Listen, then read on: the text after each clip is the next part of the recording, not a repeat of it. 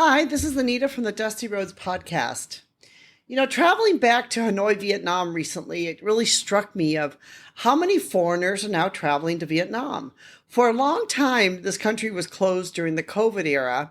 And even after COVID, for a long time, it took people to come back. And even for Vietnam to embrace having visitors come back, visas and other things were getting a little bit harder. But it seems like recently, especially in the last 4 months, there's been this huge insurge of people traveling to Vietnam. Vietnam has become one of the hot destinations to travel to. I want to talk about 20 reasons why I feel like Vietnam is a great place to travel to. I've lived here for a long time and there's many reasons why I love Vietnam. And then I'm going to tell you a little bit about if you have only 2 weeks to travel here, what's the suggested itinerary I think you should take and why you should take that itinerary. A couple of reasons is that Vietnam has a rich culture, that there's lots of things for you to see here within the culture and the history. And there's, ancient customs, and it's just a very, very rich culture here. It's steeped in history, that there's a lot of history here. Hanoi is a very old city that's been around for a long time. You can see some, ancient temples here, colonial architecture. So there's just really this great history that you can see here in Vietnam. If you love food, it is a foodie's paradise. There's a lot of great food here. Great Vietnamese food, which is always very fresh and very delicious.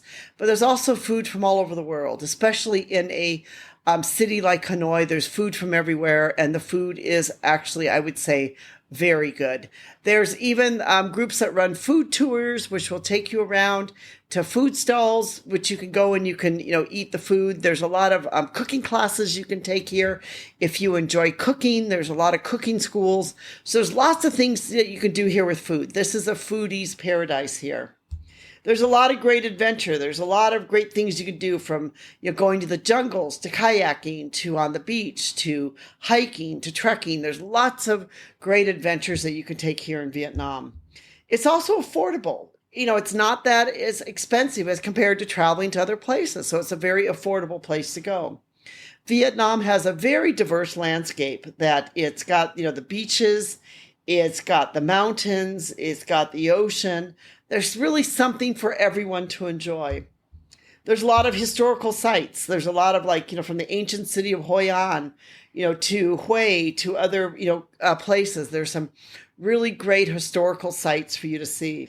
There's lots of great culture. There's, whether it's learning to cook a traditional dish or participating in a traditional festival, you can gain an understanding of the people here. You can go out and visit, especially outside Hanoi, you go out and visit some cultural villages if you enjoy that. There's lots of ways to explore culture. If you want a beach vacation, there's lots of beaches here where you can enjoy the beach. There's everything here from luxury to backpacking. If you want to, stay in a luxurious hotel, there's great hotels here. If you want to stay in a hostel and you want to backpack your way, you can also be able to do that. It's relatively safe. There's relatively low crime rates. You can travel with your families. I see people here traveling with young kids all the time. You can travel by yourself. Or, women could travel by themselves. It's a relatively safe place for you to travel. In fact, I've said to many people that there is nowhere in Hanoi, and I live in Hanoi, that I would not go to day or night that I'd be afraid to go to. There's really no place that I'm afraid of my safety. So, when I talk about my safety, my personal safety, like being shot on the road or stabbed or killed or something like that. Yes, the roads sometimes are a bit unsafe. They're a little crazy here. But when it comes to some of the other things you might worry about in a place like America, Europe, or other places, I don't worry about that type of safety here at all. There's a lot of great shopping here. There's, from little shops to markets to, all types of shopping that you want to do, you can find here. There's lots of different types of transportation, from, hiring a cyclo to taking a double-decker bus to go sightsee. Or they even have what I've seen now, Jeep tours that you can take around the city. There's lots of scenic places to see, lots of beautiful, vistas to feast and to catch your eye. There's lots of great heritage sites. There's some UNESCO heritage sites here, and Halong Bay, which is fantastic to go see. These sites are stunning. They're beautiful. Lots of warm hospitality. The Vietnamese are relatively friendly. They, are very inviting. They're very kind. Lots of local markets to see with vibrant colors, people selling things on the streets, women with their bicycles with beautiful flowers on them. It's a very colorful type of country. There's, as we mentioned before, there's a lot of traditional crafts that you can see. You can, Vietnamese cuisine is known for its rich culinary experiences. So it really is a great culinary experience here. A lot of natural wonders. There's waterfalls, there's the ocean, lots to explore.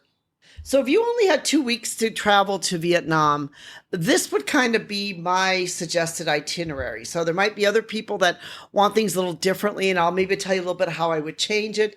But let's say if you just had 2 weeks to travel to Vietnam, this is kind of what I would do or try to do. I would fly into Hanoi. Because Hanoi is the capital, and I would start in Hanoi. I'd arrive in Hanoi and I'd spend a day or two exploring the vibrant city. You can take some tours outside of Hanoi if you want to see some of the handicraft villages. You can take a bus tour around the downtown part of Hanoi. There's lots of different things you can do within Hanoi itself. There's there's of course the Ho Chi Minh mausoleums here. There's Ho Chi Minh's house on stilts, and there's lots of other things like that.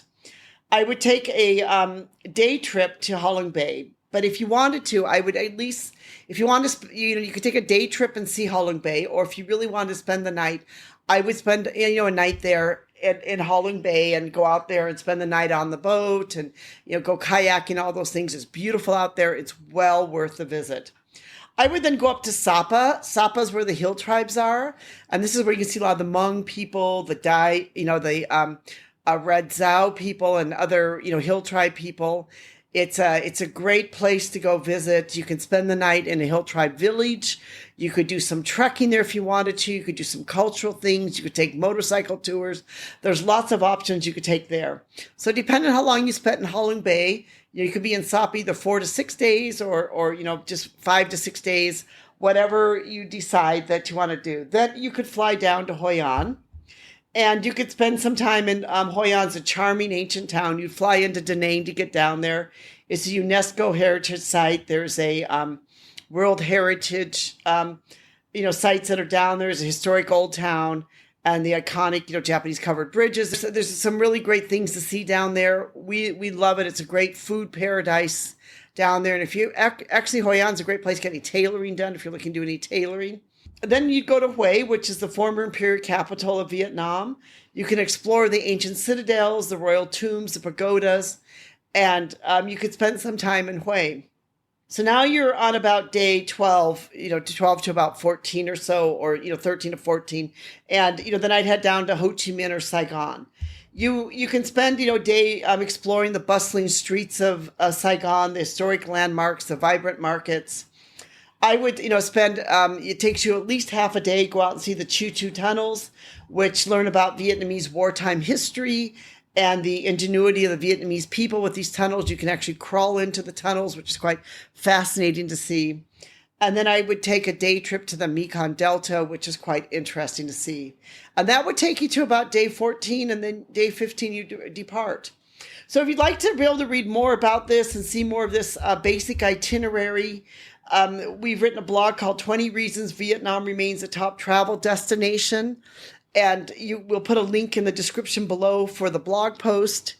And if you do come here, we hope that you enjoy it and that you love and enjoy this fascinating country, because it truly is a beautiful place to visit and is well worth the visit. This is Anita from the Dusty Roads Podcast. Thank you so much for listening. Thank you for being part of our community. We hope that you will join us. If you'd like to be able to read more about Vietnam, check out our book, A Bus on a Dusty Road, Life Lessons from Living in Asia. We'll also put a link in the description below for the book in case you'd like to be able to see where you can find the book. If you're planning to come to Vietnam, it might be an interesting book for you to read to be able to learn more about Vietnam's country and culture. Thank you so much for being part of our community, and thank you to our technical team. And we know without our technical team and without you, our listeners, this would not be possible. Thank you.